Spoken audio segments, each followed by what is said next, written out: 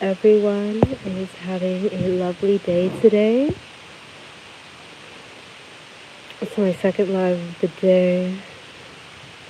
So, as you guys see, the title Exotical Redemption, um, releasing and transcending light skin guilt. It is time to release and transcend all of your negative feelings about being light skinned and the negatives that come with it. It's time to release that because we have so many opportunities given to us daily to improve our lives. And I feel like since we've been forced to acknowledge our privilege, it's only fair to utilize it correctly, you know what I mean? So it can benefit you and others. And when I say you, I truly mean you first. And always make sure that, you have your own back first, especially when it comes to transcending feeling guilty for being mixed race or feeling guilty for being biracial, multiracial, triracial, or no matter how many admixtures you have. I think it's important for you as an exotical, as a light skin or a brown skin woman who benefits from the isms. I feel like it's important when you're on your self-identity journey and you identify as mixed and you do not have a conventional beauty look like I do. Like, people always say that, oh my God, you're so beautiful. But it's never like, oh, you're conventionally beautiful. It's like, I am beautiful in my own way. And I genuinely love my life. I love everything about myself. And it took me a while to transcend my light skin guilt. It took me a while to do that. And I felt guilty because I would always be bombarded, with so many negatives within the Black community that my Black foster mom would just hound me out with. Like, she would just bombard me with so much commentary, such as, Black people were slaves. We had it hard all of our lives. Even our ancestors had it hard. So, you need to help us out, pretty much. You need to give us a leg up. And I feel like it is not my responsibility as a mixed or light-skinned woman to have to force myself to give someone else a leg up. Like, we are old enough to work on our own. We have the same 24/7. Like, you should be able to motivate yourself enough to be able to fulfill your dreams. Not only fulfill them, but discern what is for you and what isn't for you. Like, people aren't taking the proper steps to love themselves, but then will hate you just because of the color of your skin. And I feel like a lot of racism towards mixed and light-skinned women go unchecked and unheard of. And I'm going to speak up on this. I'm going to shed light on this topic because it's very important to represent yourself and represent the people that are like you. And when we're going through similar situations and we're going through different nuances and we don't have the people around us that are celebrating us, but we're celebrating them, yeah, of course you're going to burn the cape. Then burn the cape. And I just feel like light-skinned women, don't feel guilty for being light-skinned. You couldn't help the way that you came out, even if you tried, baby. Like, listen, I used to go outside and tan, like be out in the sun for hours and hours and hours because I knew that my Black foster mom would treat me better if I was darker. And that's how I felt because that's how she made me feel. She would always tell me, well, I'm a black woman and I will always struggle, and you're light skinned and you will never struggle in your life, even though I struggled with several different things, being sexually assaulted, you know, as a child by a pastor, a unambiguous black pastor. And, she didn't see my struggle. She just saw that she was having her struggle. She just saw that, this is just, another light-skinned girl that's going to have an easier life. And that's how she saw it. And I feel like some people are not going to like what I have to say. And that's all right, because they can go straight to hell. And they know where to kiss it. Just like Jocelyn Hernandez said. Because at the end of the day, when light-skinned women, we sit down and we shut up and we be humble and we keep allowing these unambiguous black women to overtalk us and not allowing our experiences to be spoken on too, you don't leave room for there to be like a fair exchange in conversation.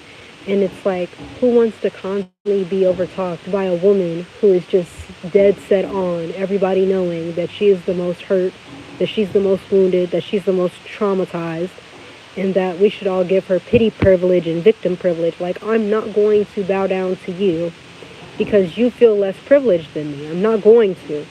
And that's on society's fault. Like, I was born into a society that fetishizes and pedestalizes women who look like me. And when you're in a society that has already built its brick and mortar upon certain rhetoric that is racist and that is unkind and unfair completely to other people, like, what am I supposed to do? Am I supposed to just lay down my entire life just to help the whole entire unambiguous black community and all the women in there? I'm supposed to just forget about who I am. I'm supposed to forget about my identity. And this is another thing. The blood purity police, the brown paper bag police in the black community, y'all can go to hell. Because, listen, we don't give a fuck anymore. We don't give a fuck. It's 2025. I'm light-skinned, so what? There is a black privilege out here. Go get you some. There's black excellence out here. Go become that. Instead of getting on my case. Because I'm light-skinned, and if we're in the same career and I'm flourishing because off the sweat off of my back and the sweat off of my brow, bitch, and you're getting mad at me, you don't even know what the fuck it took for me to get in this position. But you're just thinking, oh, she's light-skinned, she must have this, she must have that. And it's like, it's super sad and it's sickening. You hate yourself that much that you want to project on a woman like me because I'm confident, because I'm happy, because I'm carefree, because I choose to be so. Life didn't always give me rainbows and sunshines and sunsets and warm breezes. Like, no, bitch. The fuck? I suffered in the unambiguous black community due to people's mental health issues, due to people's internalized racism and their internalized anti-blackness. And what do I mean by internalized anti-blackness? Let me give you guys a couple examples. Getting mad because your baby's hair no longer has the quote-unquote placenta perm, and then treating your child a certain way because they don't have a certain hair texture. Literally, treating your child a certain way because they are dark-skinned. Like, it's some really sick shit going on out here. And as a light-skinned woman, I will not be fucking guilty for the privileges that have come with the way I look. Everybody has privileges, believe me. Everybody has privileges of their own, but it is wrong for people to sit over here and criticize women like me for being happy in their existence and accepting themselves. I grew up with the one love logic in my household. That's how my mother grew up as a biracial woman, and that's how I grew up as her multiracial daughter. My dad is multiracial, my mother is biracial. I am a multi-generationally mixed woman, and I am light-skinned. And I have pretty privilege, and I have capitalism privilege because I worked hard to get that. You have to work hard. And they just think that we're light-skinned, and they think that the whole world is just placed at our feet because we're light-skinned. Like, thank you so much for thinking so highly of me, but why can't you think so highly of yourself too? And it's like, you try to be in that same arena with women who have this negative outlook on themselves and a negative outlook on being black, it's hard to just be yourself around them because they're taking everything as an attack. And it's like, not everything is an attack. They'll literally go hate, they will literally hate light-skinned women, but they will date light-skinned men. And they will openly, like, no, serious, guys, like, I'm going to make a video on it. How can you hate light skins as a whole, but now you're dating a light-skinned man? And you're parading him around like he's a trophy. One thing I want to say is being light-skinned has been so fetishized to the point people think it's like a constantly always code switch in certain social climates, because I'm not trying to be seen as uppity. I'm not trying to be seen as, you know, this uppity, rude chick. But sometimes, and God knows, sometimes I'm just looking at people like, what in the fuck? You destitute peasant. Like, I'm sorry, because it's like, once you get to a certain social status within your life, or you feel like you've made it within your life, you're not going to be looking at people's skin color. You're going to be looking at people's character. Okay, it's going to be character. Because listen, character is what upholds the long-term relationships and friendships. And that's just what it is. Y'all don't be looking at character. Y'all be looking on the outside, and then y'all be wondering why you get fucked up, because you didn't look at what was cooking on the inside with this person. You just jumped in, maybe, and then you get mad at it. You don't think that way. This doesn't work. That doesn't work in this reality or the next. That's all I'm gonna say. It doesn't work. And I just feel like, why should light-skinned women feel guilty? Why? Why should we feel guilty when we did not create ourselves to be this way? I did not tell my mother in the womb that, hey, brown-skinned mom, I'm going to be a light-skinned baby because, you got some strong white genes. You got some strong Irish genes, So when I come out, I'm going to come out with some red hair and some light skin. I'm going to scare you. It's going to be a jump scare. My mother was so happy when she saw me. She was like, this is my baby. She's so cute. It was nothing about my skin complexion. She was just happy that I was here. And you guys have to realize, like, my mom had twins, so I'm one of the twins that survived. My sister did not survive. So, and I'm just so happy my mother was never one of those mothers that was like, oh, you're light skinned, so you're better. I've never experienced that growing up. But I've constantly had that accused of me. And it's like all of these miscellaneous negative, stereotypes about light-skinned people that the black community is trying to hold over our heads like some fucking hostages. Like, bitch, you don't own me. That's one thing I want to say. The black community doesn't own light-skinned people. The black community doesn't own mixed race people who have black admixtures. You do not own them. They are not your fucking little pets. Stop treating us like pets. Stop treating us like fucking show ponies. I'm not your fucking show pony. Fuck off. Straight the fuck up. And I mean that. I mean that with all totality of my character. I mean that from a soul to another soul. I mean that. Okay? Because it's like, you expect me to claim that I'm black even though I'm not black. Like, it's so weird. And it's like, brown people who are mixed, they go through this all the time. Brown people who are fucking mixed, they go through this all the time. It literally never fails. And when I say this, I mean this from my heart. Black people act like they own us just because your mom is black, your dad is black, or you have step black family. They just start assuming, like, and it's like, it's not good to assume. Facts indeed. Yeah. You know I'm telling the truth, babe. You know what it is. It's nothing but the truth. And it's like, you don't own me.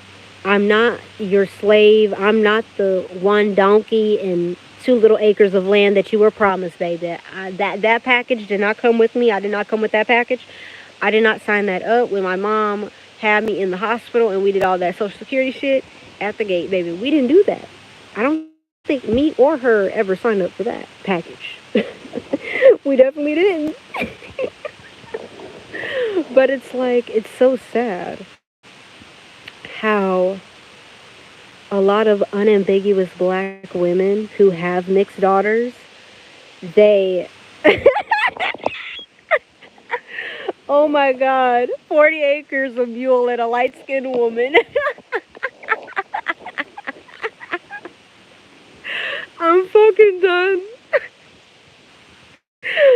Take me to the king. Oh, I need that 40 acres of mule and a light-skinned woman. Take me to the king. What do you have to bring, my lord? I got that 40 acres of mule and a light-skinned woman. That shit took me out. This is unreal. This is unreal. Everybody sing it with me. Everybody sing it.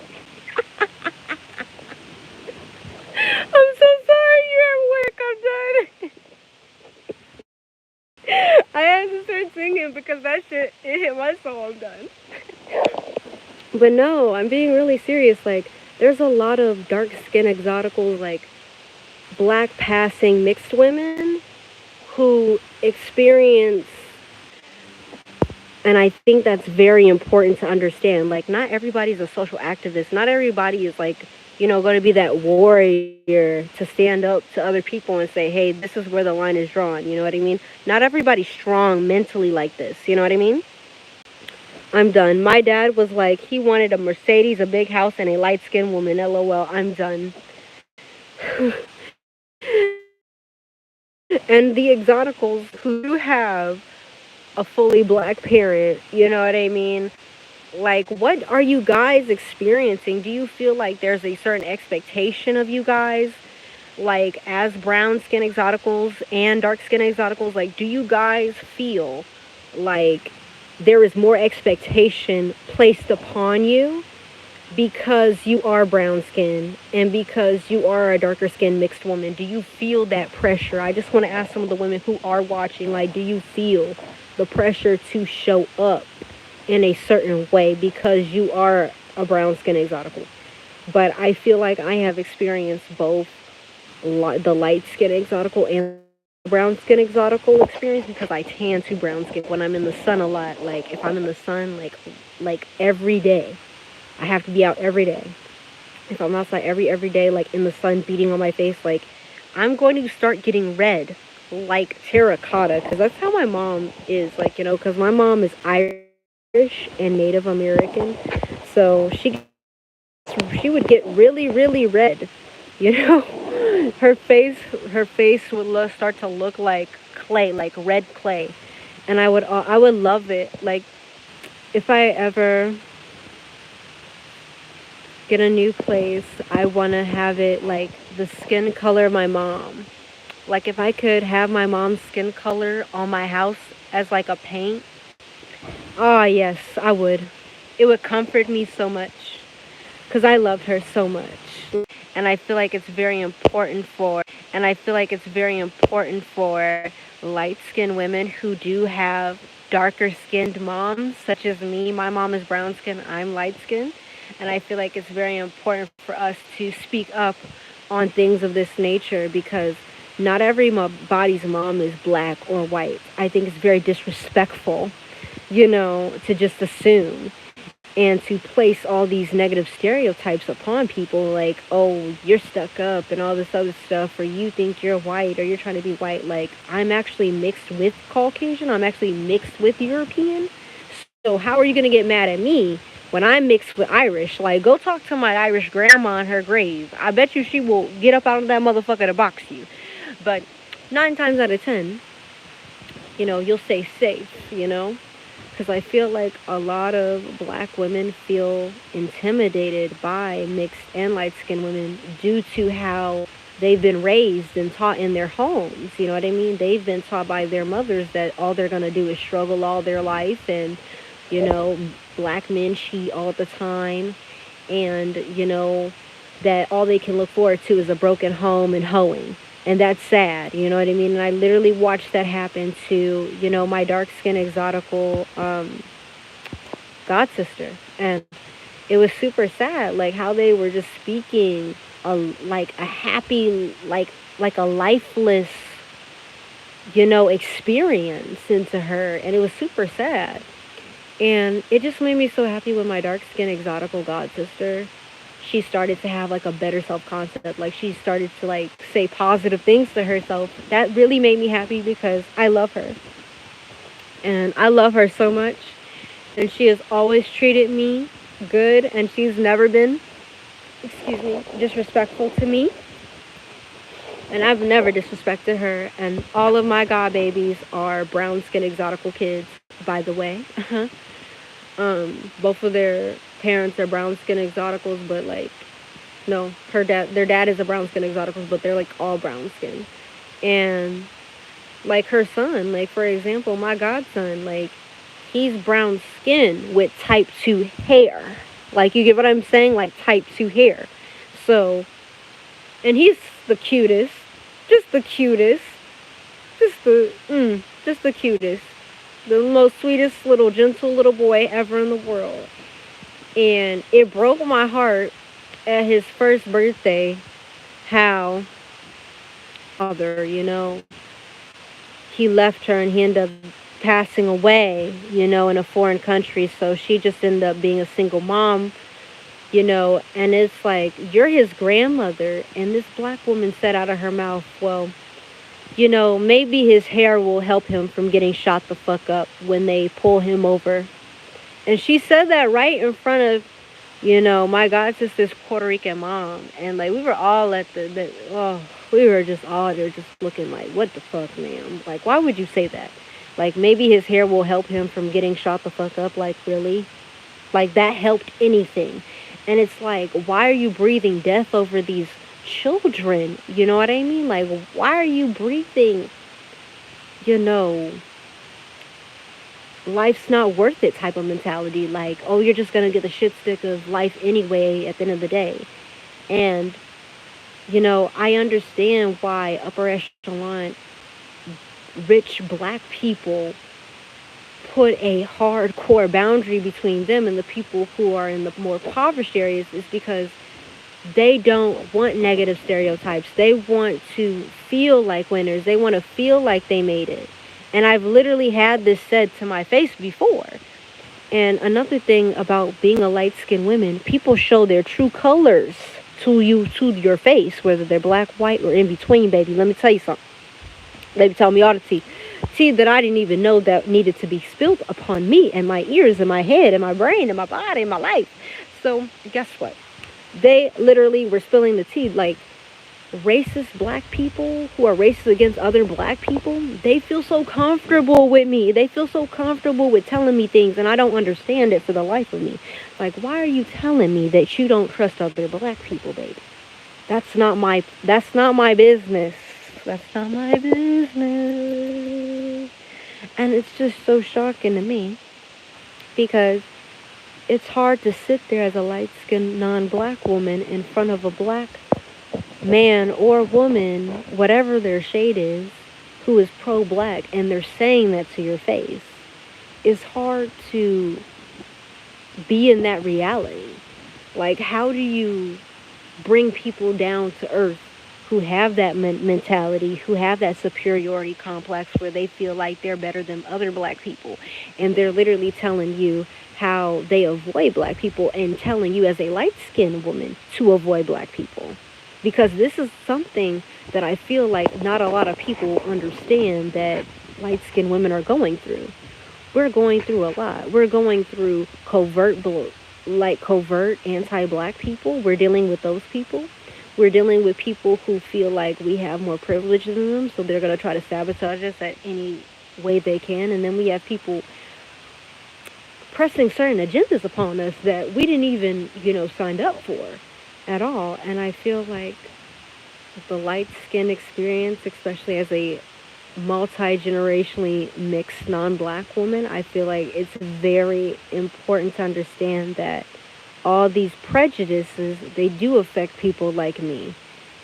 And it's very important that you guys understand that biracial people are not only black and white. They're two types of Asian. They're two types of European. Like, if you guys saw Russian and Irish people, the biracial people of those racial groups, you would be surprised. You'd be like, wow, that girl got a tan and now she's looking like a light-skinned biracial woman. Yes. And I feel like a lot of brown passing non-black people, they get bad treatment because they are perceived as black because of their phenotype. And I feel like if you are an Exotical experiencing that, you need to stand up. You need to make your channel now, and you need to express your opinion and get your coin. You know what I mean? Express your opinion, get your coin, and,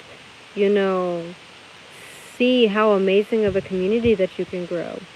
And I feel like a lot of light-skinned women feel reluctant to talk about light-skin guilt and feeling guilty and tanning and feeling like, you're not going to fit in if, you don't look a certain way. And I felt that way, especially around the Native American tribes, because I'm part Native. So I didn't feel Native because I was so light. So I went out in the sun so I could look more Native, so I could look a little bit more brown.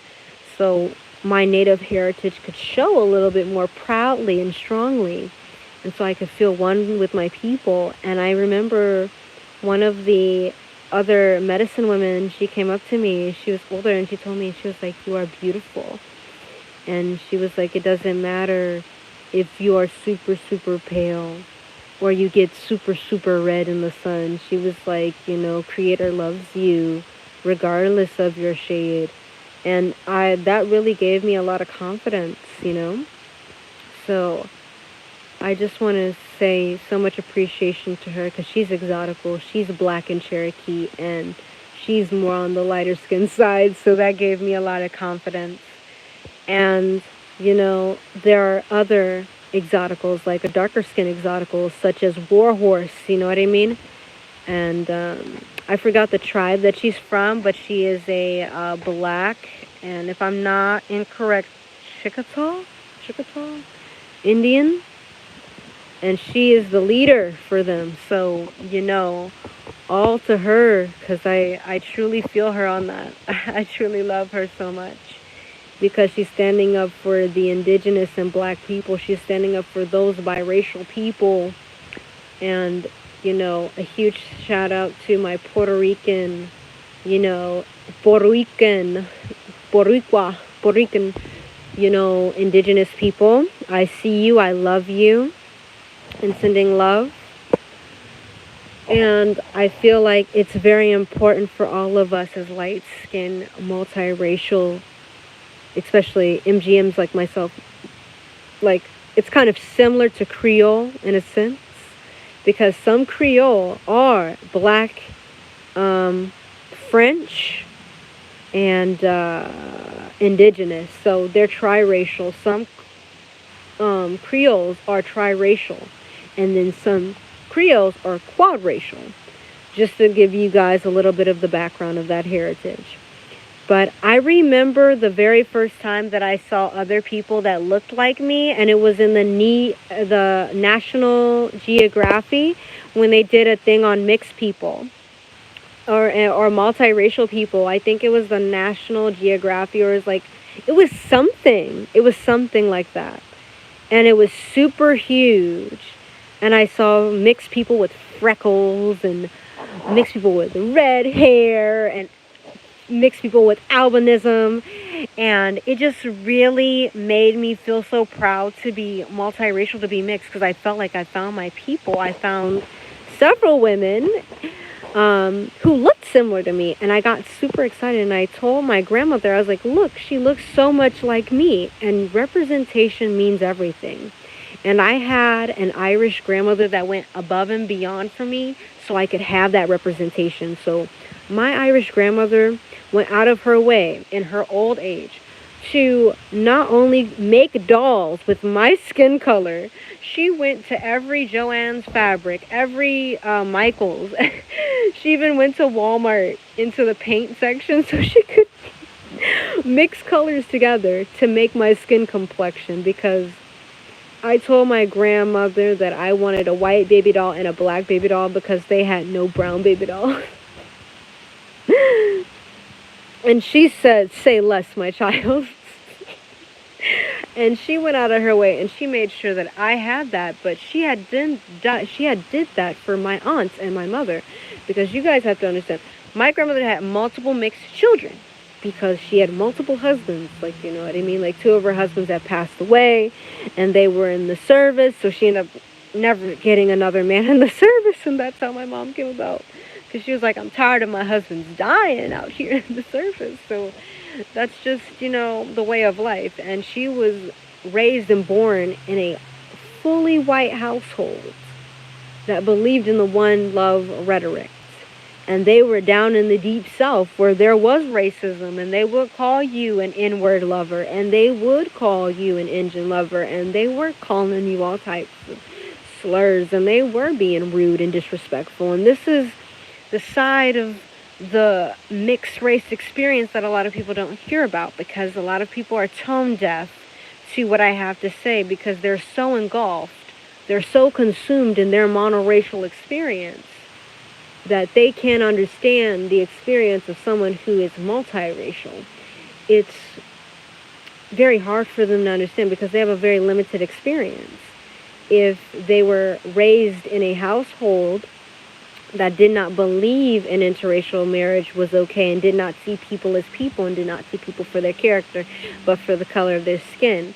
And I feel that it is very important, with Martin Luther King Jr.'s day coming up, that we respect all allies of the unambiguous Black community that protect us, that love us, that support our businesses as light-skinned people.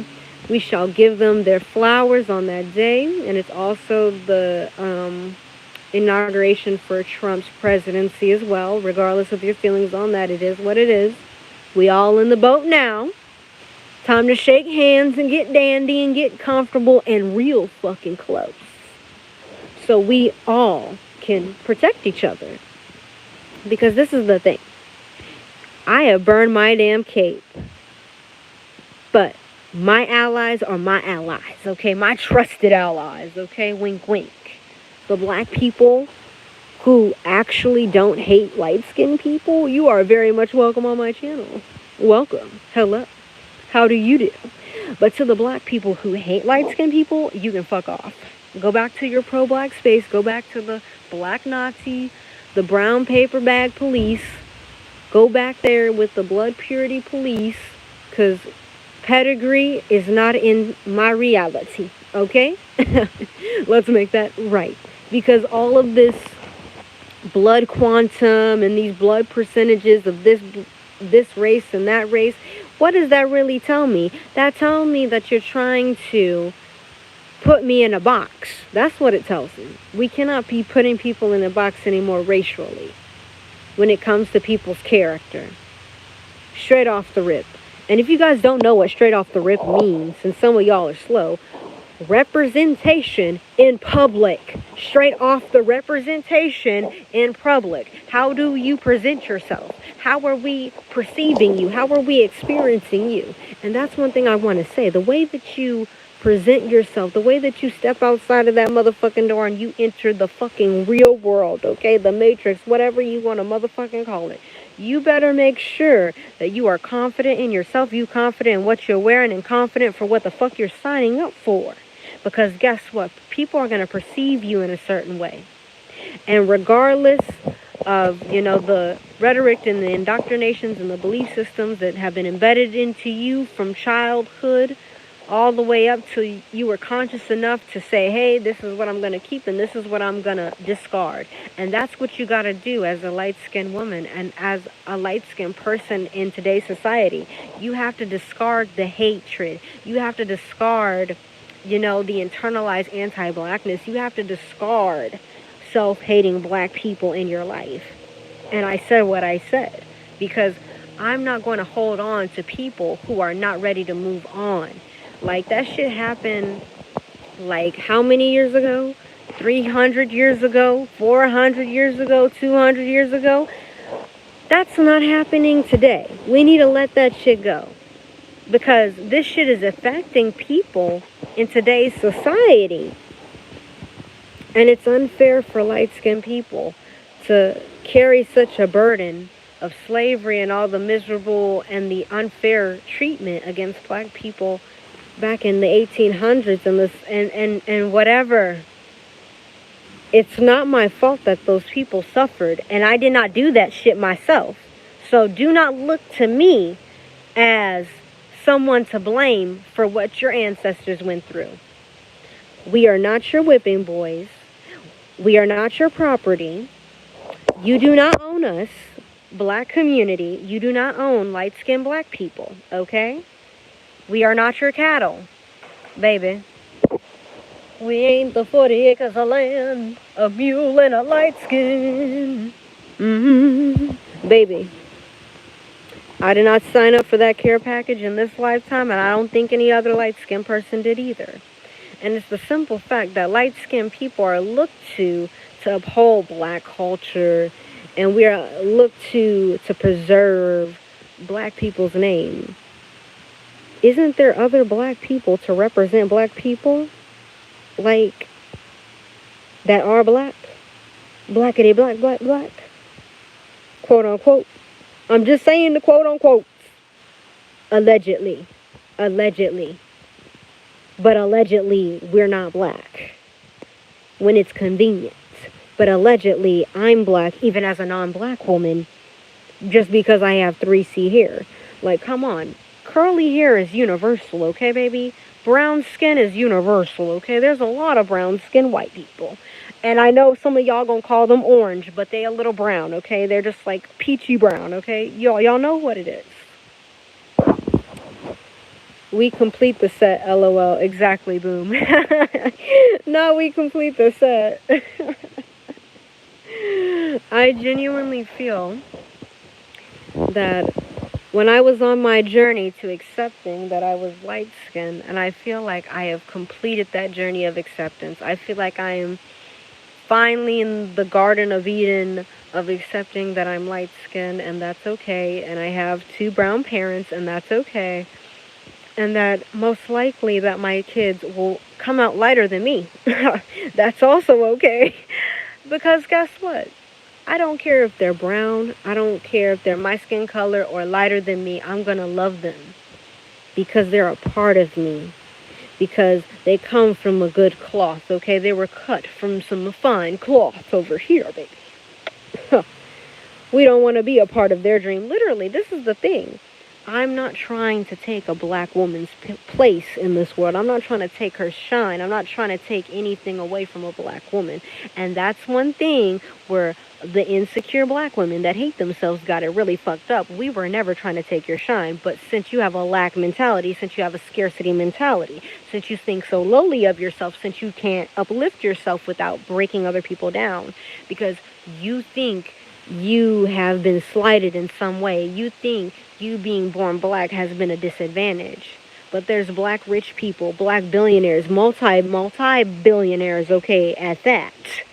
In the African country, baby, at that. Queens and kings still today, where people have to announce who the fuck they are, okay? Roll out a little carpet, dust it off, sprinkle some glitter and tell them, "Here my king and my queen." But y'all don't see that. And that's where y'all cut yourselves at the neck and at the knees. And that's just what it is. And I'm not going to hold back for people just because, oh, you're light skinned, you're not supposed to say that. Fuck that shit, okay? I have an opinion just like everybody else, and my opinion matters just as much as a black woman's opinion. You're not going to override my opinion because you feel so inferior towards me that you have to make a grandiose entrance. You've got to be so big and loud in the room that you're so quiet still. And you bitches don't realize y'all quiet till this day because y'all don't realize that, hey, maybe if I actually conformed in some way and accepted myself for who I was, and I based my life upon my character and other people's character, and wanted to strive and thrive solely myself without harming others, maybe I would get somewhere in life. But, those thought processes don't come naturally to some of y'all. So that's why I made this video. Because, it's time to hang up the fucking light skin guilt like an old jersey, okay, baby? It's time to hang it up. Because it's old. In 2025, we're no longer being guilty for being black. We're no longer being guilty for being brown. We're definitely not being guilty for being light-skinned. So we're going to transcend all this bullshit. Because guess what? When you don't take bullshit, you take no prisoners. A lot of y'all take bullshit because y'all think y'all prisoners. But that's the fucking thing. Y'all are not prisoners of any kind. You are not. If you went where you were celebrated, maybe there will be less hate crimes because you're including yourself in spaces that were not meant for you. And this is another thing. Even with Sarah's story, that's why I'm going to read the article on Sarah that is on the Nikki Curley site. And that's why I'm going to expose that. Because a lot of y'all don't like the truth. Y'all don't like that a lot of experiences that you guys want to have, you guys think that a certain skin color has to be associated with that when it's truly not. When it's truly a free-for-all. But hey, I'm just a light-skinned woman, Black women, they just hate when I open up my mouth and I voice my opinion on anything in their space, even though they try to include me and make me the face of that space. And it's just so disheartening when you come with good energy towards a black woman as a light-skinned woman, and you are faced with, oh, you think you're better than me because you're trying to do something out of the kindness of your heart. Oh, you're just trying to show off when you're being yourself and you're being carefree, because that's how you've always been. And we are living in a different reality as light-skinned women. We do live in a different orb of life. And it is not our fault. This has been pushed upon us, and we did not ask to be light-skinned. That's one thing I want to say. Nobody asked to be light-skinned. Nobody asked to be brown-skinned. Nobody asked to be black. Nobody asked for that. You know what I mean? And if you have a problem with that, you need to confront your parents, okay? You need to confront your bloodline. Don't confront me. I am a random woman on the internet just voicing her opinion and standing up for the collective that she represents, and the collective that also go through the same experiences as her. Because a lot of black women are very blind to the fact that in closed spaces, when we are with white people who are racist or who are very consumed in their monoracial experience as much as black people are consumed in their monoracial black experience, guess what? We are the women where we have older white women, middle-aged white women, teenagers, even children telling us, oh, I don't like black people, but I'm comfortable with you. We're having these conversations, unprovokedly thrown at us. And then we're getting backlash at black women, like from black women, And it's just horrific. It's like, you're mad at me because I'm light skinned. You're mad at me because you think I have more privileges than you. And then you're telling me that I need to acknowledge this privilege because it's unfair and that I'm taking your shine. But how can someone take your shine unless you give them the power to?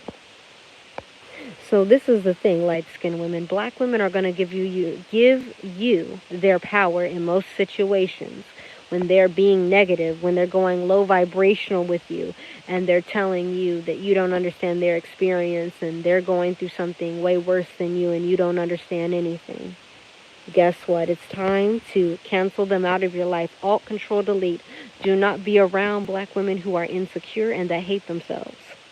Because let me tell you something. Those dark-skinned besties of light-skinned women, let's not lie, ladies. Let's not lie, because I'm going to tell it like it is. And I'm not afraid, because nobody can whoop my ass in real life or on the internet. So let's let the truth, the taboo truth fly in this motherfucker. Because I think a lot of y'all get it really twisted. Because you dark-skinned women who want to be best friends to lighter-skinned women and mixed women and non-black mixed women, you guys will literally tell us to our faces that you wish you had our hair, that you wish that you had our skin tone, that you wish this, that you wish that. And then when we're out and about and we get a certain treatment and you guys don't get the same treatment as us, then it's, oh, I expected that anyway because you're light skin and colorism. And then you're expecting us to feel guilty. You're expecting us to feel guilty because we're experiencing something, because of the way we're showing up and the way that we're presenting ourselves, and it's wrong. You cannot get mad at me if I am receiving a better experience than you. It's time for you to tell me as your friend, hey, let's go to somewhere else where we both can get a good experience. How about that? It's simple as that. People don't see like the problem. The problem sometimes is their way of thinking, and they don't want to confront that. A lot of unambiguous black people have a problem with being the problem. In reality, they'll claim that they're their problem behind closed doors to their close friends, but in reality, when they're truly the problem and they allow these problems to fester, and then they wonder why, this niece is on drugs and she's on the street hoeing and stuff because her uncle raped her and y'all didn't listen to her. But y'all degraded her, y'all told her she was a whore, y'all dismissed her and all that shit, right? But what stays in this house goes in this house, right? But I guess that's what goes along too with being your true self as well. Because it's like you expect light-skinned people to be loyal to the black community when your guys are not loyal to yourselves. And then you get upset when we emulate that. And y'all do the, oh, don't do as I do, but do as I say. That shit is confusing to someone who is young and learning and naive. That is very confusing. And if anybody has experienced that themselves, please let me know down in the chat. And no one's trying to steal anybody's experience. And this is another thing. No one in the black community is owed a light-skinned person, whether they're mixed with black admixtures or no black admixtures at all. You have no fucking right to tell us how to identify. We will identify as we see fit to our lives. And if we want a privilege stack and we want a social climb off the backs of the unambiguous black community, we can, because that's our privilege, that's our right. We have a right to. Just like how you have a right to your black privilege, your black excellence. We have a right to be anywhere that we want to be and to get the privileges that we want to get and receive them in front of your face, gracefully at that. But it's a simple fact that y'all think that we're so uppity and stuck up. Well, guess what? I guess it's time for me to show my ass now. Since that's how you already see me, right?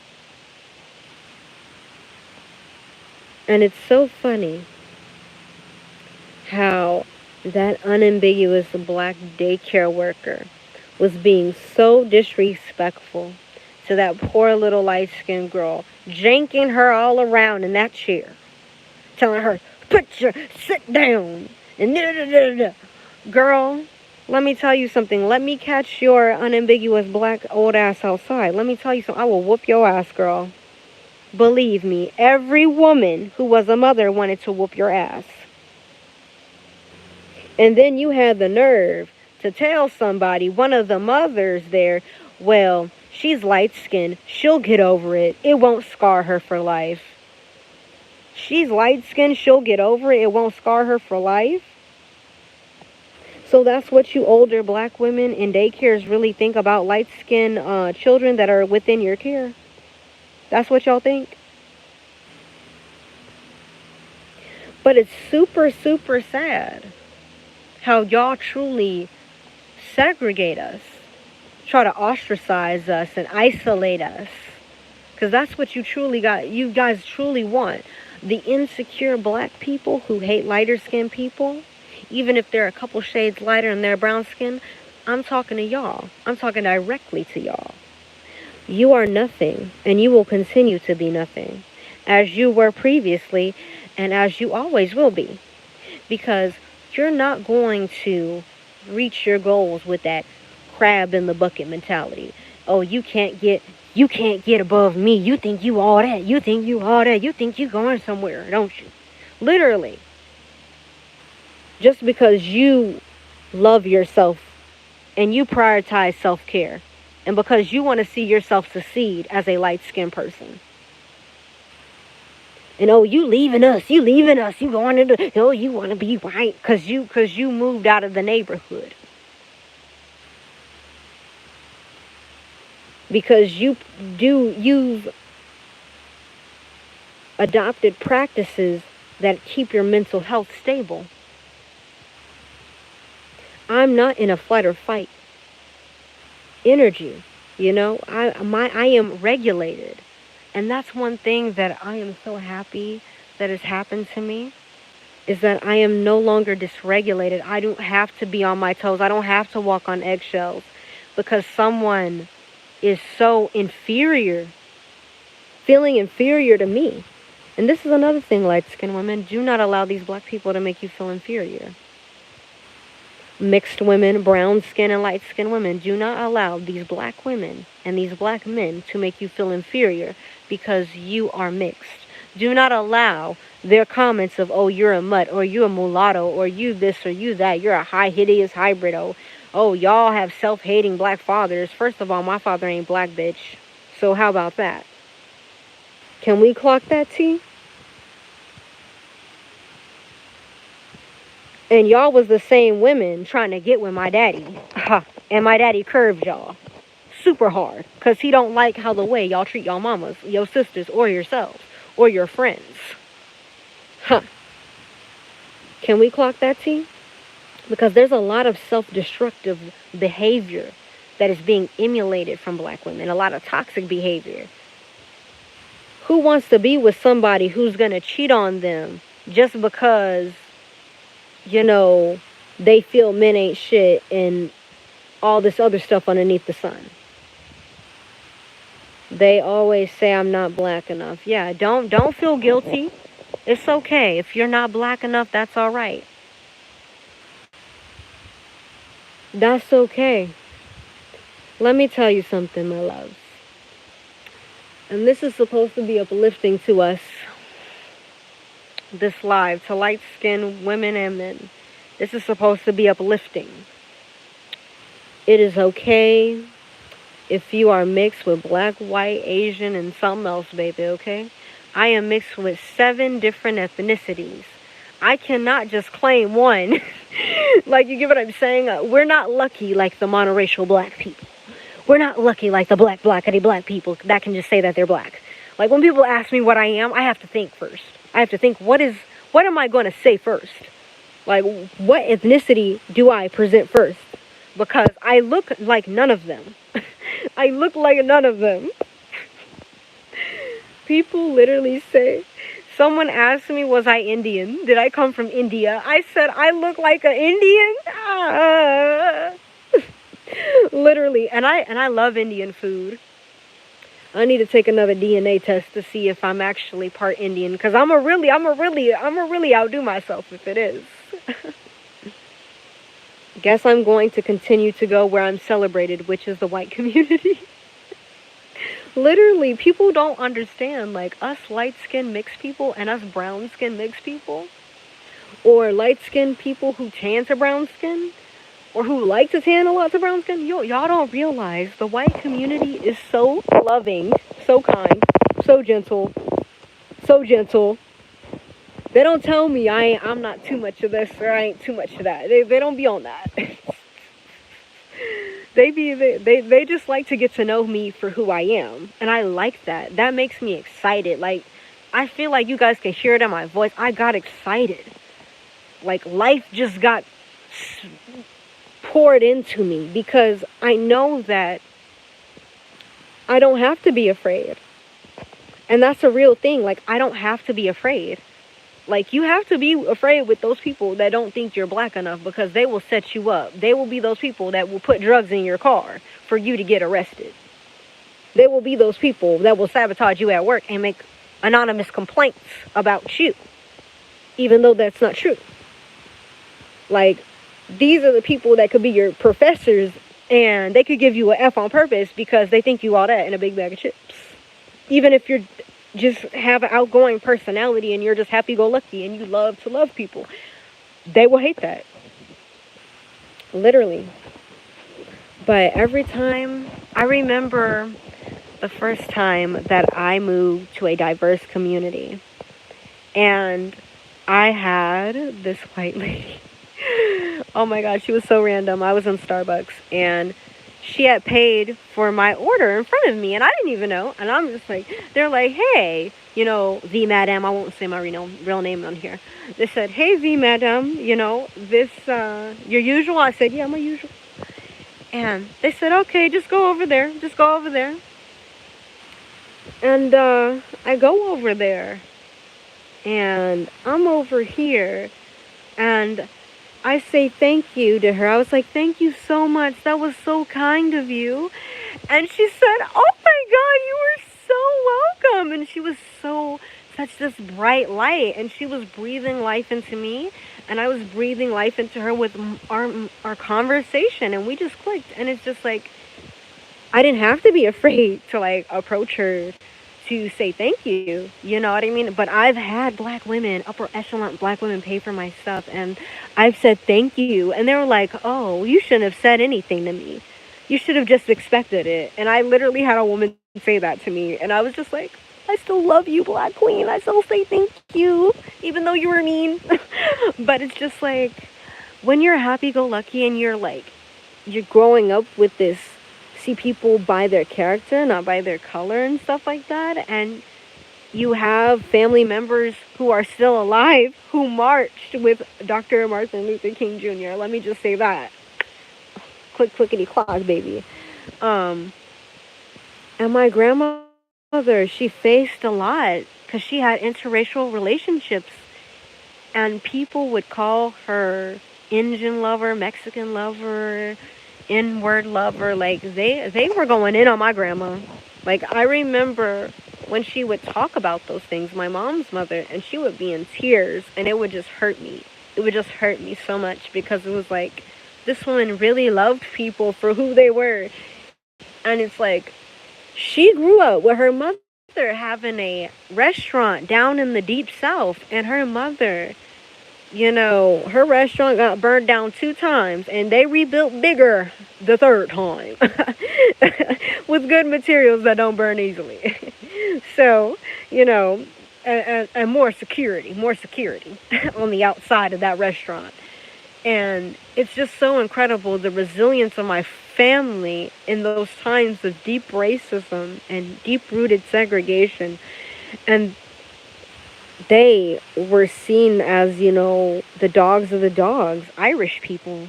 So they came through as immigrants in this country, you know what I mean? My family. You don't know about my dad's mother, my grandmother, she's a light-skinned savior. You don't know about my dad's mother, my grandmother, she's a light-skinned savior. So she's more pandering Like, and it's like, I just can't stand it. Nobody can stand it. Nobody. Nobody, nobody, nobody. But she's like, she's still working through it. You know what I mean? She's becoming more of an exotical. And less in that energy. I'm happy for her. Even at her old age, you know, she needed to let that go. Because, you know, a lot of her actions growing up, it just wasn't, you know, good. And I remember she said this, bright as daylight, clear as daylight, crystal motherfucking clear, that, you know, she wouldn't be surprised if my husband or my boyfriend or anyone that I was dating or seeing or having sex with would be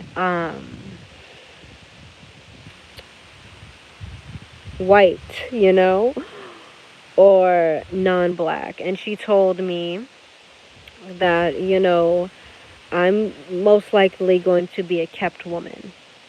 And, you know, I kind of took that with stride. I'm like, okay, I'll be a kept woman. You know what I mean? I'll be the woman that has her bills paid for her. I'll be the woman that has everything that she needs for the rest of her fucking life, and she ain't gotta lift a finger. Thank you very much, you know. Ha ha ha, yeah. Joke's on you, baby. And she pretty much said that that's my kind, you know, more than dating a black person. So I felt like I went against the grain younger as a teenager. And I started dating, you know, black guys, you know what I mean? Because I felt pressured to, because, you know, she would go from that to saying like, well, you need to save black men and you need to save their lives, and procreating them saves black lives, and procreating more black babies makes this a black world, and we need more black babies. And it was just very, very, very detrimental to my mental health at that time. And I felt like I was in a lot of drama and a lot of extra things that I probably shouldn't have been in. And one thing I can say is, once I finally accepted that, like, you know, it wasn't going to be what it was going to be for me, that was probably like at 15 and a half going on 16. I realized that, and I was like, yeah, this is not working too much, you know, but I feel like I fully let that go once I hit 17 fully.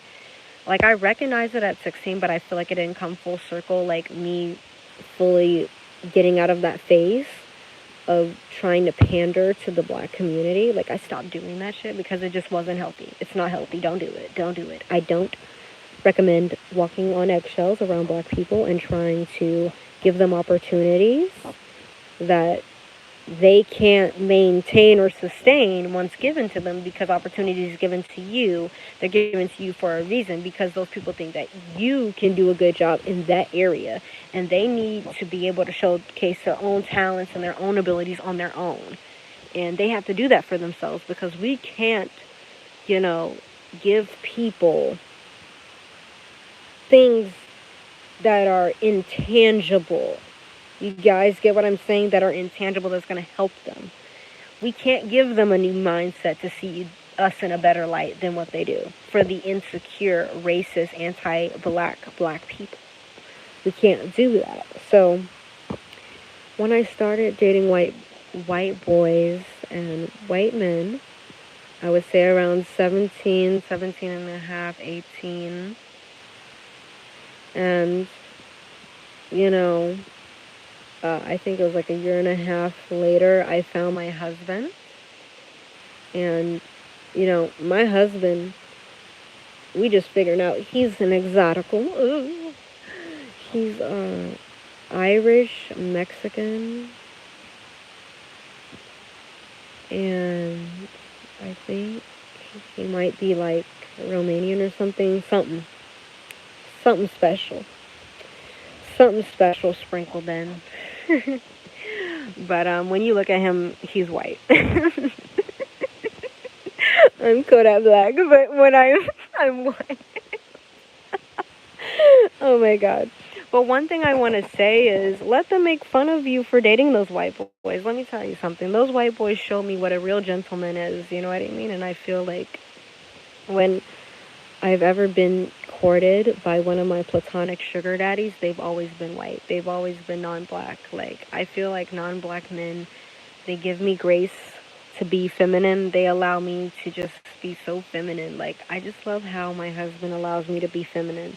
He allows me to just be myself, you know what I mean? He's not trying to restrict me in any way, you know what I mean? He doesn't feel it is necessary to break me down in order to feel like a man with me. Like, he feels like a man. He's masculine, you know, and he has a balanced feminine side too. Because, like, men and women have masculine and feminine energy, and it should be balanced. And when it's balanced, that's when you can give your best and receive the best. But you have to be your best to receive the best. So that's why I just feel that when I'm like, I just feel like when I have been in relationship with black guys, inconsistency, cheating, lying, going through phones, there's so much other stuff, like extra drama that you just don't need. And it's like a weight. I dropped like a weight off my shoulders when I stopped pandering and I stopped trying to do something and be someone who I wasn't, to just fulfill a fantasy of my grandmother. And that's another thing, like, stop trying to fulfill these fantasies. You know what I mean? Black love did not work for me. Black love does not work for a lot of people. But black love does work for some. So for whoever it's going to work for, it's going to work for them. But for me, it just didn't work. It's it's just not for me. Are you going to be posting more on here? Yeah, I am, definitely.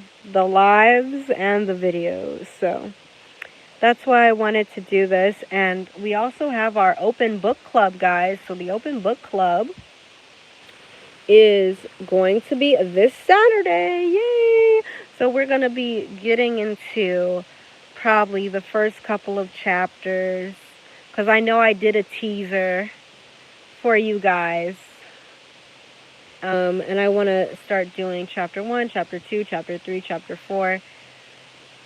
This book is amazing. I read some of it and I was just like very shocked. And the ladies that sent it, the over 150 ladies that sent it, because I went back to check. It was 150, not 50 emails sent of the same PDF.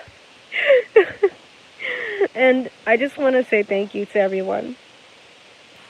I don't know why they have problems with us dating white men. That doesn't make sense. Because they feel like it's a jab towards them. They feel like another black baby wasn't born, so you literally killed the chance of a black baby being born. That's one thing I heard a pro-black man say to my face at church, that I need to get with the program and have a black baby. I love it when I get my exotical text with the white boys. LOL. Yes, I always do. I always have. And even as someone who is married to a white boy, I still get exotical texts from other white boys. I feel like I will never stop getting my exotical texts from white boys and white men. They're so romantic. Like, my husband is romantic. I love him. I love my husband. He is the best. He is the best. I love him so much. From day one, I've never had to pay a bill. From day one, I love it. From day one, I've never had to argue over a password. I run that phone. I'm just kidding. It's not like I'm controlling him or anything. Like I don't have to worry about him. I'm cheating, you know what I mean? You know, my cookie's the best cookies. Baked and unbaked. Even the cookie dough.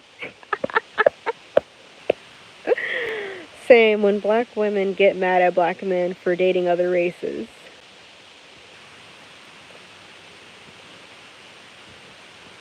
Because do you know why? They know that those girls, they were born and raised in a feminine household. Literally, a feminine household. Who wants to be in a relationship with a man in a woman's body? Or it makes you feel that way. That's what I've heard also. I've also had black men, very dark and tall, black men, those chocolate men that they always talking about. Oh, the chocolate men. I'm like, because I'm just like, why are you like trying to sexualize this man and also like put him with food? Like, it don't work for me. It don't work for me. It don't. And it's just like, it's so weird. Like, the over fetishization of black men from black women is just like, it needs to be studied. You don't have to. As my mom is a prime example of that, you know? There were a lot of people putting down my grandma when she had my mom, but my grandma is a warrior. She don't give a fuck because she's a Sagittarius, and you can kiss her ass because that's just what it is, baby. Y'all thought y'all was coming for her. Y'all thought y'all was coming for Vada. They thought they was coming for Vada. They thought they were coming for her. Y'all can't come for Vada, baby. Because Vada gonna wrap your ass around that fucking light pole, okay? She one of them fighting Irish grandmothers. Okay, she's one of those hardcore women, okay? We got a Viking lineage in our family. And some people in the Irish community have Nordic background, so y'all need to watch y'all mouths before that Viking warrior comes out. They be forgetting about that, baby. Because the warrior was coming out of my grandmother. My grandmother told me how bad it was at the school. My mom was facing so much racism at the school. She done pulled her out the school, did some homeschooling, baby. Alright, my mom learned a lot. A lot. My mom learned how to drive a car at 9 years old, baby. Little pickup truck on the farm, baby. I have Irish too. Oh, that's so sweet. That's so sweet. Then you already know about the happy-go-lucky energy. And my birthday's before St. Patrick's Day too. Ha ha ha. That's what made my grandmother smile so hard. She told me this when I was 3 years old. She said, when you were born, she said, when I saw that your birthday was gonna be around St. Patrick's Day, I told them that she was gonna come before St. Patty's Day. I just knew, and I did literally the day before. It's too funny. And another thing, let me tell y'all. I know this is gonna gag some of y'all, but Irish people have curly hair too. Oh my god. Oh my god. Irish people, fully blooded Irish people can have 3C hair. Yes. Yes, indeedy. They can. And that is the thickest hair that they can possibly have. Type 3. Now you know. Love to teach. Love to educate. But don't feel guilty. Don't feel ashamed. You know what I mean? Like, I've been through it all. I've seen it all. So it's just been one of those things where, and this is another thing for the ladies who have dated white men and white boys. You know what I mean? There's different types of white men. Okay? There's different types of white guys. There's Rasta white guys. You know what I mean? There's white Jamaicans. Okay? And then from your white Jamaicans, you've got, you know, your Irish, your Nordic, you know, Danish, Swedish, oh my god, Italian. Listen. One of my highest paying platonic sugar daddies was a Swedish man. And the other one was Italian, the other one was Danish, another one was Scottish. Yes, that Scottish one, he was amazing. Because he would just have like a bunch of people around and he would just pay all of us just to be around him. You know what I mean? Because he had no family. So he would have events and stuff to go to. And, you know, I met a lot of my platonic sugar daddies on Rent-A-Friend. So go ahead and do that. So a lot of women were asking about that. Like, oh, how did you get into being a platonic sugar baby? Or another, some people call it platonic sugaring. Some people call it paid companionship.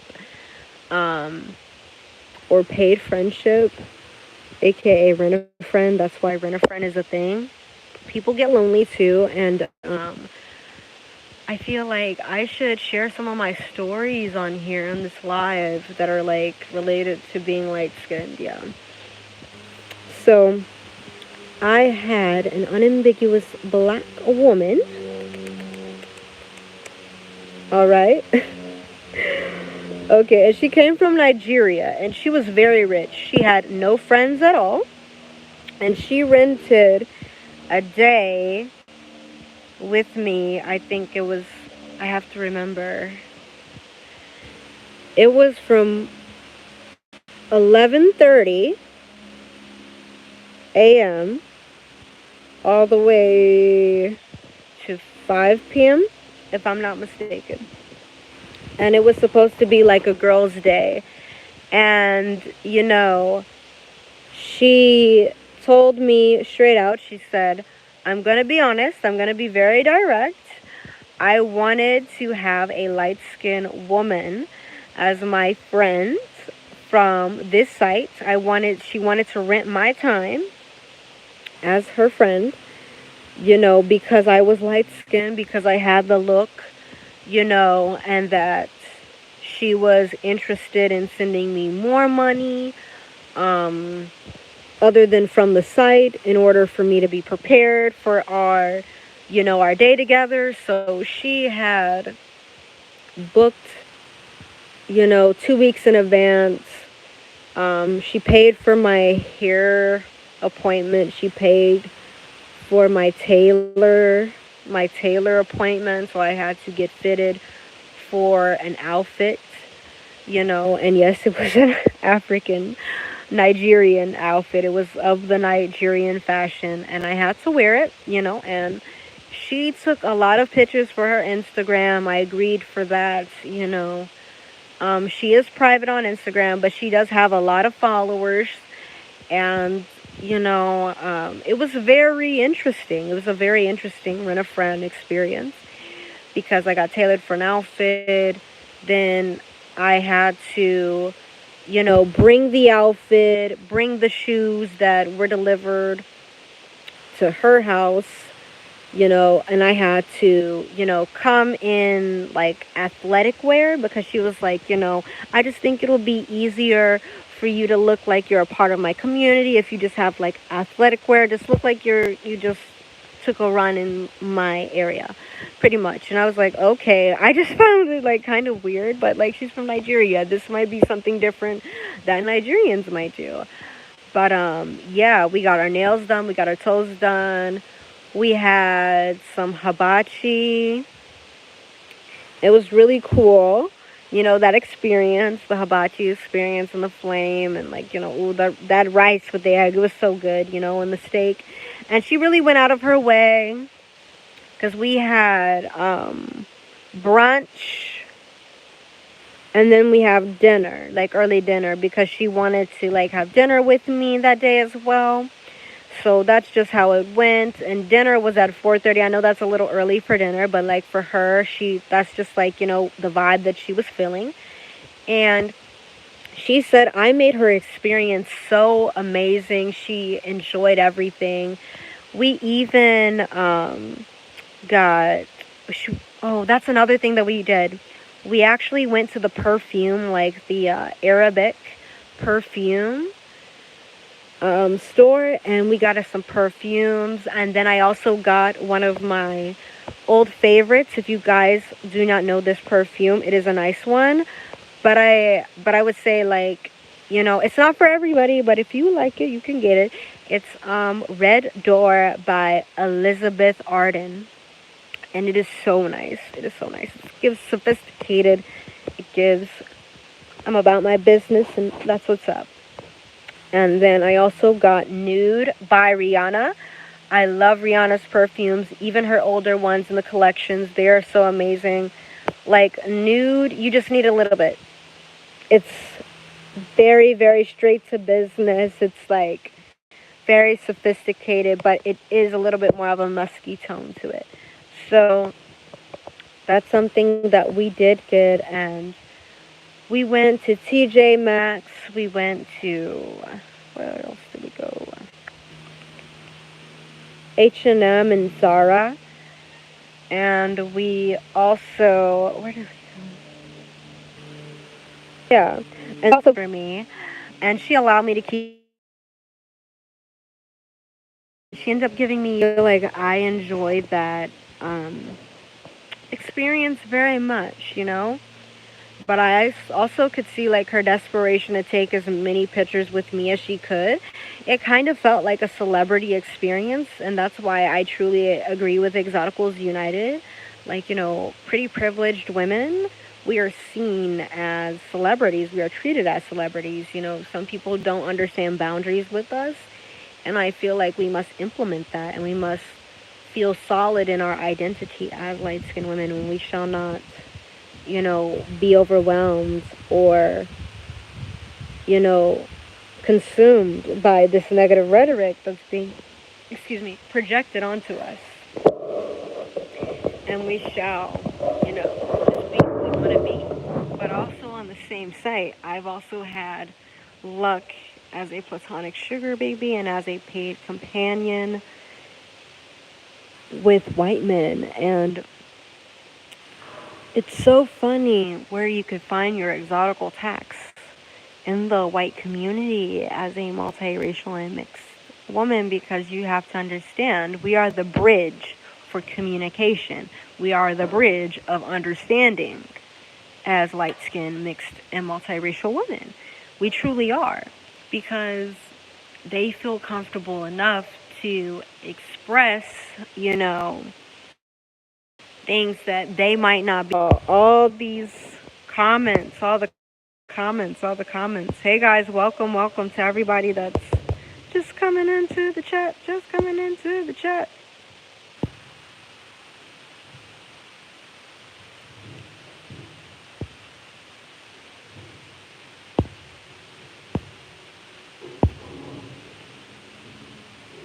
Yeah. We'll have to remove a little bit of, you know, hate comments. Unambiguous black people love to hate on us. Yes, they do. And you guys have to understand, hate, you know, hate and jealousy, these are just unfulfilled emotions, you know, just eroding away at people's mental health and emotional health. And I feel like we shouldn't have to be burdened with having to act a certain way for a bunch of people who don't give a fuck about how they act with us. It's just simple as, if people want to bleed on you, you do not need to be around them. You know, people need to heal, and people need to realize that we all have our lives. We all have our destinies. It's not my destiny to sit over here and cape for a bunch of unambiguous black women who hate my guts. End of story. Like, it's common sense. It's common sense for anybody. Who would cape for somebody? Who would vouch for someone who hates you? Who doesn't like you? Who would rather see you get hurt than them? Happy to see you hurt.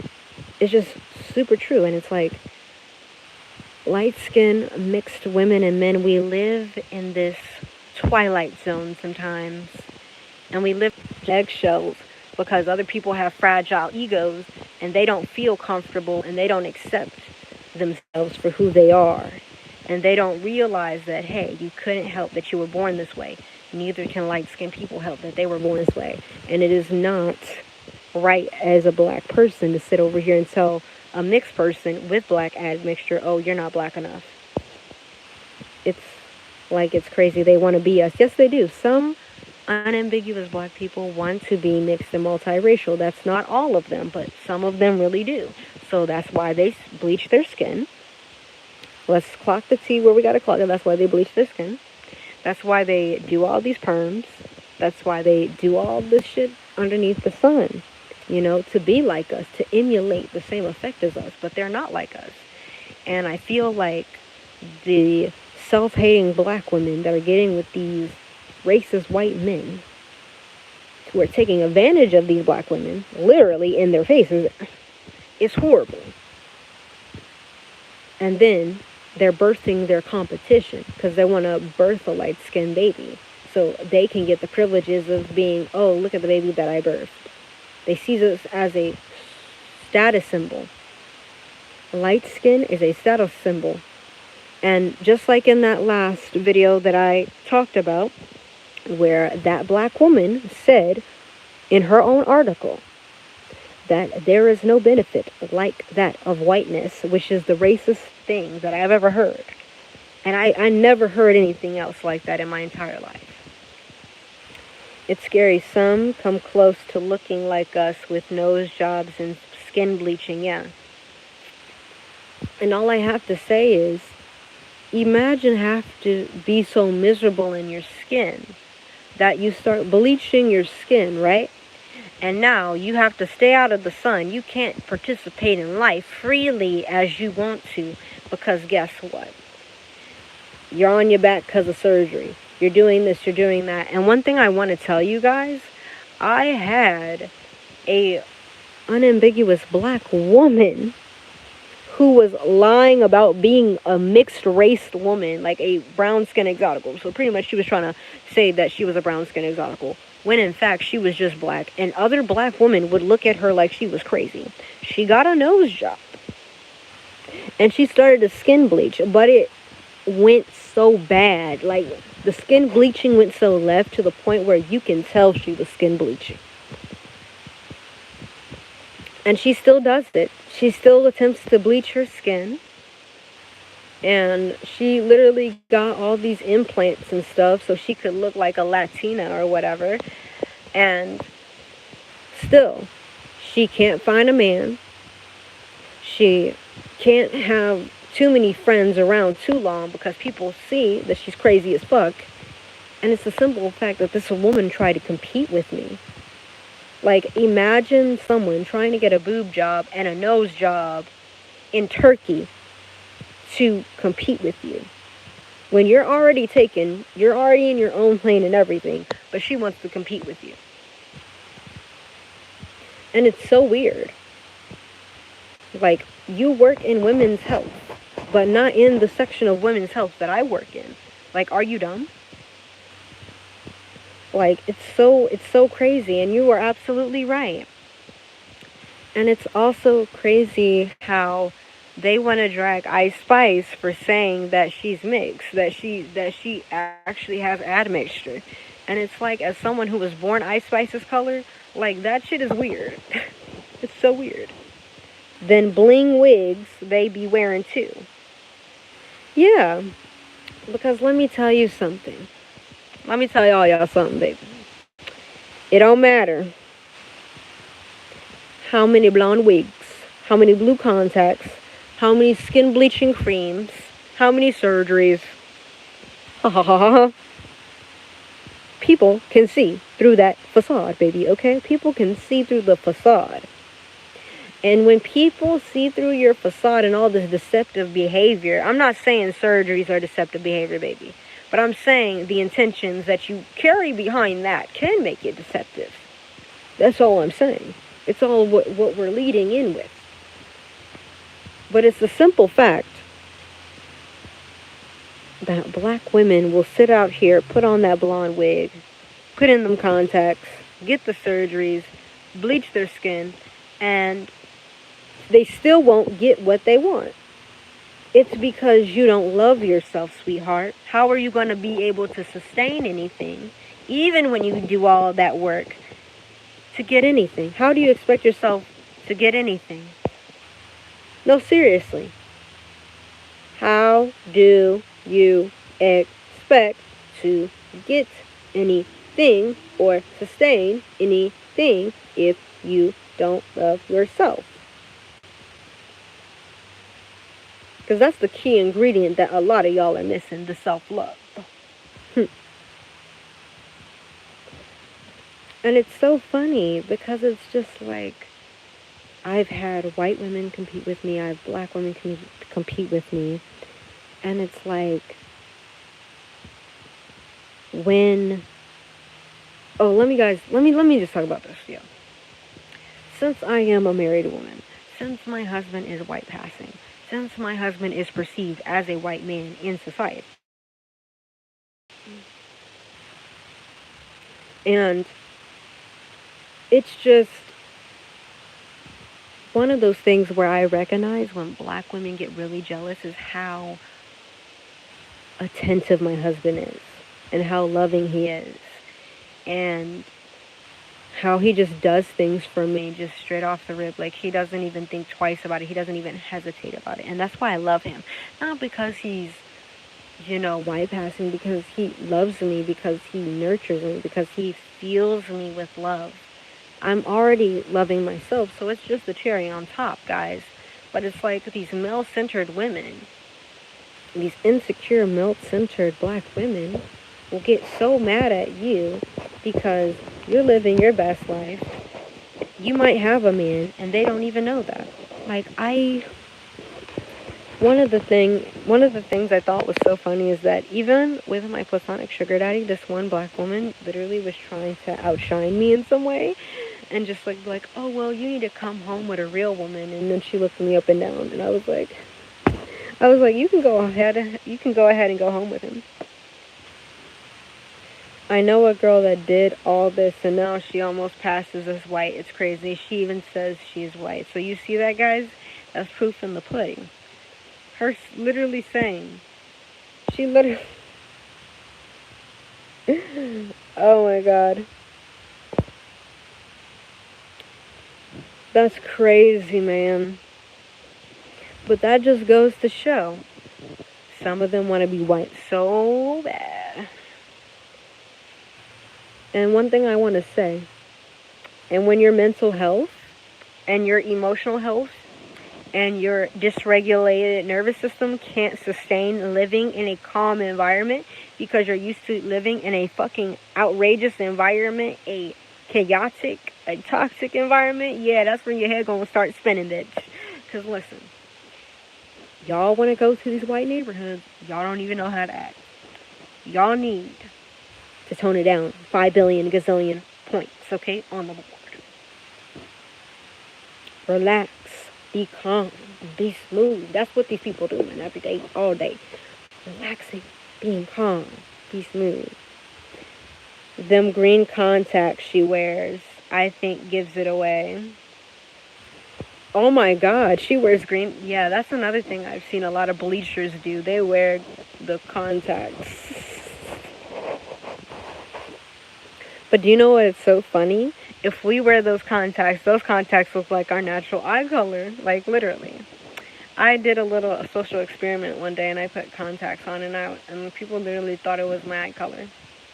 They literally thought, I think that was like in high school.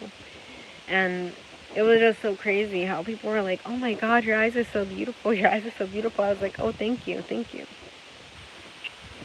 Even though I know I don't have blue eyes. Ha ha ha ha ha. But my dad was born with blue eyes, and my grandmother, so my children could end up having blue eyes, so. And that's another thing.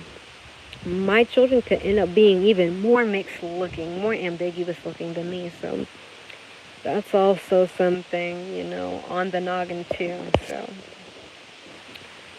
But I genuinely feel that people can cosplay as us all they want to, and that goes along with trans women. They can cosplay all you want to, all you fucking want to. It doesn't matter. When you go away and you die, and they look at your bones, they're going to say, was that a man or was that a woman? They're going to say it's a woman or they're going to say it's a man. That's what it is. That's just what it is. And I feel like, a trans woman will never be able to replace a real woman. And one thing I want to say is, no one, those were the ones I tried. They were a trial one, and I really like that. I want to get some more of those. Yeah, I want to get some more of those. Yeah, I need to go to the eye doctor ASAP, no Rocky. I need to go to the eye doctor ASAP, no Rocky, and I need to get... Sorry, guys, it's cutting out in and out, but I'm here. I just feel like trans women will never be as beautiful as actually real women because that's work. Like, do you guys know that there is feminization surgeries currently going on and taking place at this moment? Literally, feminization surgeries. So I wouldn't be surprised. Like, it's just so funny because you're trying so hard to be like a woman, but you'll never be a woman, like, at the end of the day.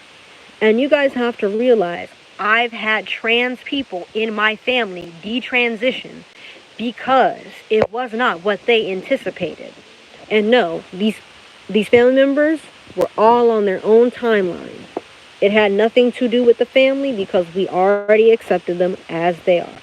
But at the end of the day, just like trans women will never be like real women, black women who bleach their skin to become light skin will never be as good as light skinned women. And I said what I said. I'm sorry. You a bunch of fucking clowns. Y'all done bleached y'all skin, and now y'all really looking crazy. And your feet. Ooh.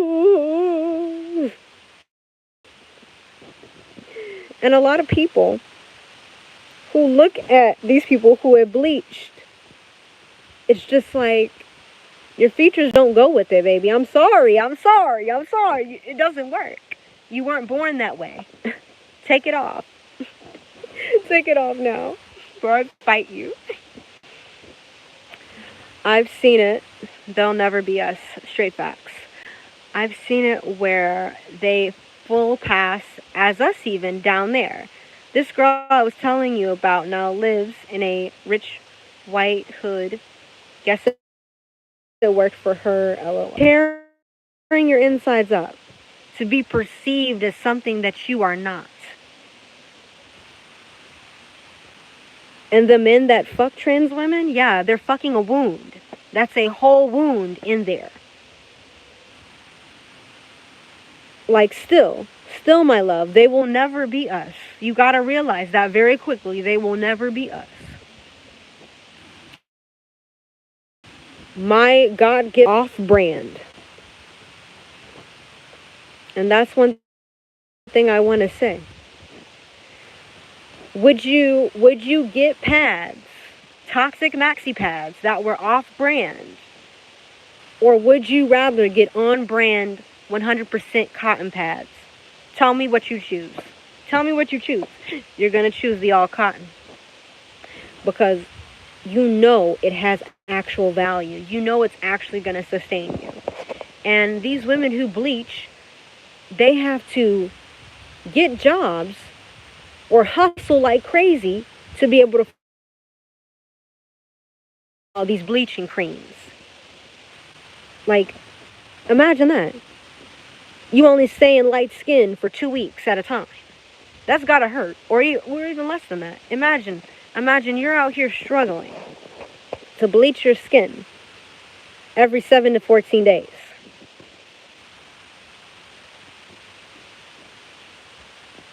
And one thing I want to say to all the light-skinned women, black women cannot replace us. And we're not replacing black women. Black women replace themselves when they allow themselves to think that they were the bottom of the barrel. But that's the truth, and that's nothing but the truth. Porsche.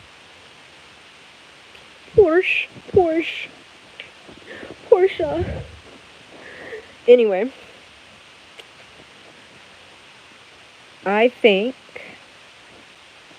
that we should all accept ourselves for who we are as light-skinned people, women and men, and we should not take our opportunities for granted. Excuse me.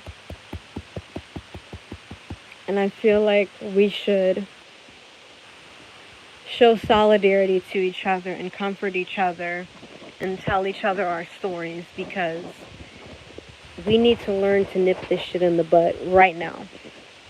Because if we continue to allow women from this community to try to harm us and hurt us and try to bully us into submission, it's not going to be good. That's all I got to say. It's not going to be good for none of us.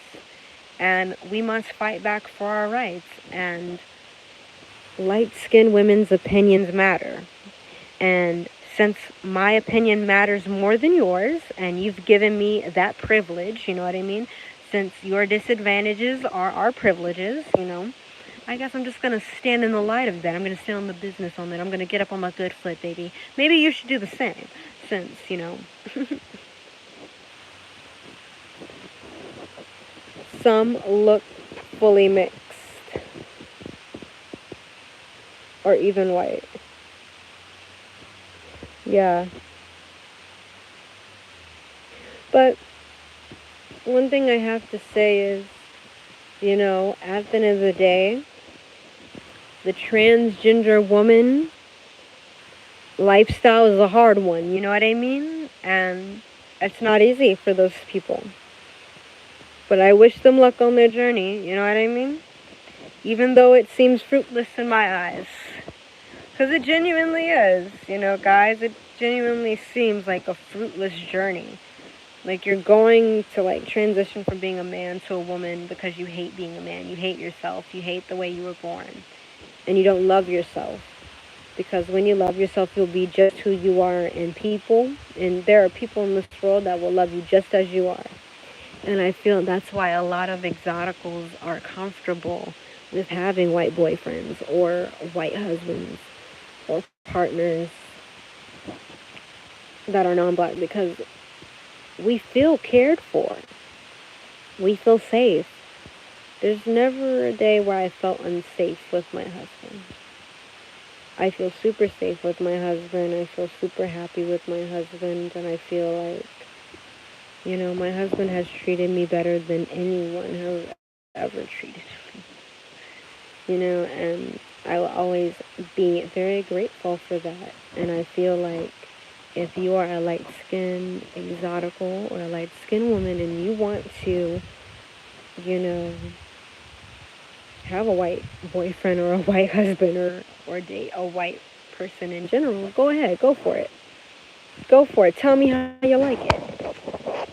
Tell me how you like it, because I like it. The experience is a 10 out of 10. I highly recommend. Highly, highly, highly. And I feel so loved and nurtured, and I feel well taken care of, and I feel like my life got better, you know what I mean? He elevated my life. He leveled me up because he values me. I feel valued, you know, and I feel like a lot of exoticals feel valued within the white community because the white community gives us a space for us to be ourselves. And they do not judge us, and they're not coming with all this prejudice. And I'm just saying from the communities that we're dwelling in and saying that we're having good experiences. I'm not talking about the exoticals that are light skinned that are having bad experiences, okay? If it's going south, you need to get lost. That's just how I see it. But not everybody is strong enough to detach themselves from negative energies, and I'm realizing that even till this day. So I feel like it's very important for all of us to realize as light-skinned women, people will be prejudiced, but people will also praise you and pedestalize you. And it's time for you to choose, you know what I mean? Will you be browbeaten by the black community, and will you be their whipping boy? And will you walk on eggshells because they feel like they are way more trouble than us, and that we must bow down to them in some type of submissive solidarity? Like, hell no, I'm not going to do that for you. You are your own person. You have your own life and your own experiences. I cannot do things for you that you cannot do for your motherfucking self. So let's just make that clear off the rip. And I just find it comical how unambiguous black women will say that they don't like light-skinned women and they don't want to be light-skinned, but will grab the lightest concealers, will be grabbing our makeup at Sephora and Ulta for their highlighters, knowing damn well that's a foundation and not a highlighter or a concealer. Literally. And you guys know I'm telling the truth. And it's a simple fact that a lot of black women are gatekeeping the fact that they want light-skinned women to suffer 10 times as hard as them, if not just as equal to them. And it's disgusting. And we can't allow these people to perpetuate segregation. So we're just going to need to shut them down. You need to be strong, and you need to tell them, like, hey, I don't give a fuck who you are. Shut the fuck up. Stay out of my motherfucking business, and I will stay out of your fucking business. You need to draw the line in the sand with these people because we're not allowing them to override us anymore. The black community, I'm sorry, but I have burned my cape. Can we talk about social climbing in college? Yes, I social climbed in college. Until I figured out what I wanted to do, which was work for myself. And nobody else. Social climbing in college, well, going to different seminars, going to different college campus events, learning about the upper echelon in your town, in your city, for college, because over here at UCLA it's really nice. So it all depends on your college. Is your college in a nice area? Is it near a city? Because if your college is near a city, you're going to be able to network. And you want to social climb, it all depends on what you're going for in college and, what type of vibe you want. But I would say coffee shops, private member clubs.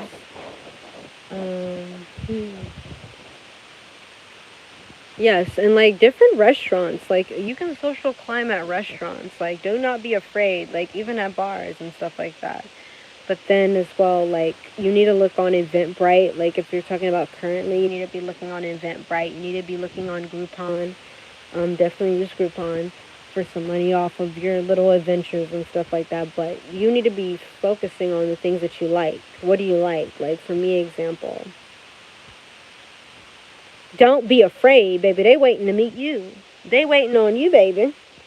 That's who they waiting on. They waiting on you to make the first move. This is what I gotta tell you. No fear. Don't be afraid to approach monoracially white people, monoracially non-black people. Do not be afraid, okay? Go up there, say hi. They'd be like, hi. I remember I was in Santa Barbara and I was on this hiking trail, right? And I wanted to learn if there was any food nearby because I was getting a little hungry, and I was like, So I literally walk up to this white lady and her daughter and her little granddaughters, I suspect. And I said, hi, ma'am, I'm new to the area. Is there anywhere around here to eat to get a good breakfast? Not only did this woman drive me to the restaurant, because I was dropped off, and I told one of my friends, I'm gonna explore the area a little bit more. She's like, okay, I'll come back around, but just tell me your location and stuff. I'm like, okay.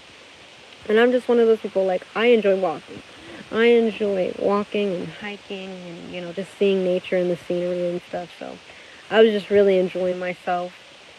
And she literally was like, oh, I can drive you there. And I was like, okay. So I got in her car. She drove me there to the place, and she bought me breakfast. It was so sweet. So one thing I want to say is sometimes an adventure is just waiting, you know what I mean? But feel it through, definitely. Use your intuition. I felt like it was safe to approach her, so that's why I approached her. But definitely, don't be afraid, And another thing that I like to do, Pilates class, saunas, bathhouses, spas, definitely upper echelon spas. You will meet other women. I went to this one spa in downtown LA. It's Santa Monica. Yeah, Santa Monica. And they do yoni steams there, and it was so amazing. And I just met these amazing women, and we were just talking. And I just found, instant camaraderie. And the relationships are very lasting, too, as well. But it all depends on you. What are you ready for?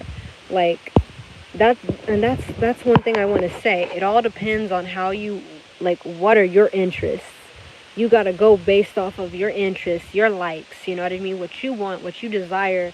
What is your dream of a friendship? Is it just 1, 2 friends? Do you want a whole group? For me personally, I could stand alone, or I can have a couple friends. But me, I have a couple friends, just one handful, a couple friends. And You know, I wanted to go out with my friends. I wanted to be able to go to the beach. I wanted to have picnics. I wanted to go to wine tastings. I wanted to go to wine vineyards and stuff like that.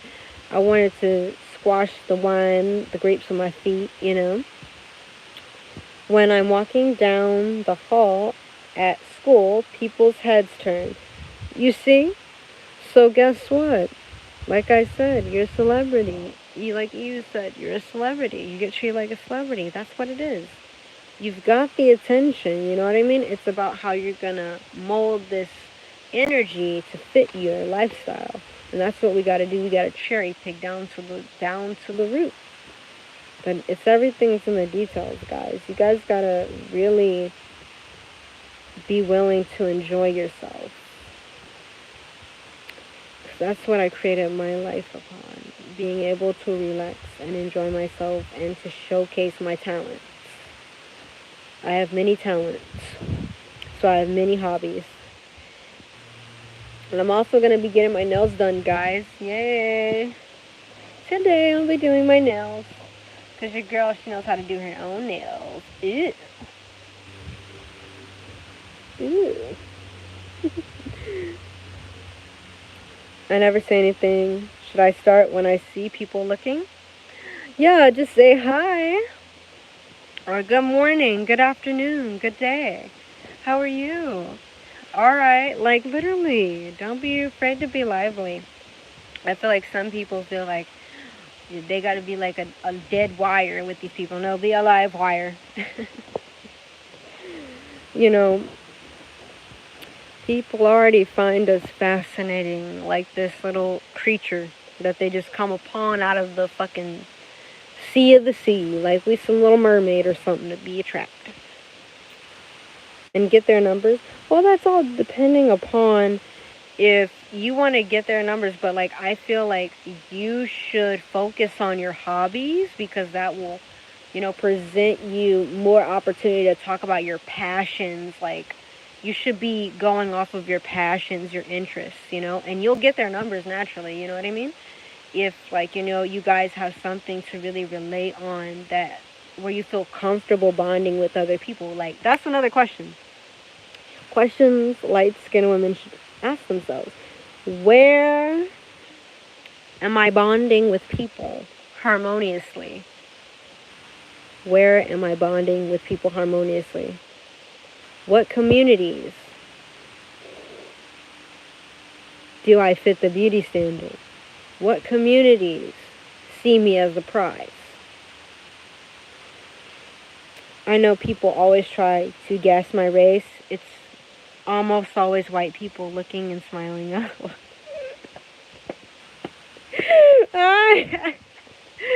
Not you said it's almost always white people looking and smiling. I had this for the longest time before I became very open with people. And let me tell you something. It's kind of weird at first because they're looking at you and you're looking at them. They're like, I can see you. I'm like, I can see you too. I just feel like it's quite interesting.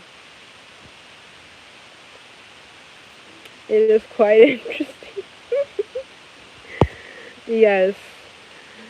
Like, but I'm super appreciative, you know what I mean? I get a lot of generosity. Like, I experience a lot of generosity from white people. But I've always had, like, since a little girl, you know what I mean? I remember the Santa Claus at Sears when I was a little girl. Because if you know what Sears is, you know what I mean. Where you take a picture with Santa and stuff like that. But, Santa gave me $25. I said, oh, yeah. That's what I'm talking about. That's what I'm talking about, Mike. Give it up, give it up, give it up. And I just feel like it's amazing. I feel happy when I'm around white people. I don't feel in danger, you know what I mean? Even with racist white people, like, I can handle them. Like, I will put them in their place. Like, they will not know anyone more vicious than me. But, I just found it just so hilarious. But I've gotten a lot of generosity and generous gifts given to me from white people, and that's just what it is, you know what I mean? I feel like they're comfortable with us. They feel like they can relate to with us on a certain aspects, and yeah. But do I think I am a white person myself? No, no. There's a very, very, very clear, thick line of indication that I am not a white person. You know, I might be light skinned, but I ain't white. That will never be. Being fair skinned doesn't always have to equate to being white. But I love you guys, and that is our video. That's live for today, you know. Oh, your mom is white passing? Yeah, my grandma is white passing on my dad's side. Yeah, but, you know, I'm just happy I had proper representation from my mom, and she was brown skin, and she taught me how to love my skin, and that's just what it is. Oh, your grandma's white. Yeah, my grandma's white too. It's very different. It's very different from having a white mom. Like, I'm happy that I had a brown mom, but even if my mom was white, I wouldn't be ashamed. Like, I wouldn't be ashamed. Like, it's just weird how they try to shame you for having white family members and white grandparents and parents. It's just because they're angry, their grandparent and their parent ain't white. I know what it is. It's just pure hatred. Because, you know, it's just insane. And trying to punish people that never did shit to you a day in your life in the name of fucking slavery. Dumb as fuck. Dumb as fuck. Dumb, dumb, dumb, dumb, dumb, dumb, retarded as fuck. Needs to go to hell. Listen. That's gonna be the end of this live. I love you guys, and ciao. Light-skinned women and men, stay strong. When will you go live again, so I know when to tune in? LOL. I'll be going live Saturday. I don't know if it's gonna be midday or a little bit later, like early or midday. I don't know. I have to see what's going on. But overall, I hope all of you guys are having a blessed day, and don't be ashamed. It's time to transmute that guilt into self-love, and it's time to ensure that you have a sustainable future where you're thriving and where you're happy and where you're creating positive momentum in your life and others' lives. And that's just what I feel for you guys. I love you guys, and that's our live.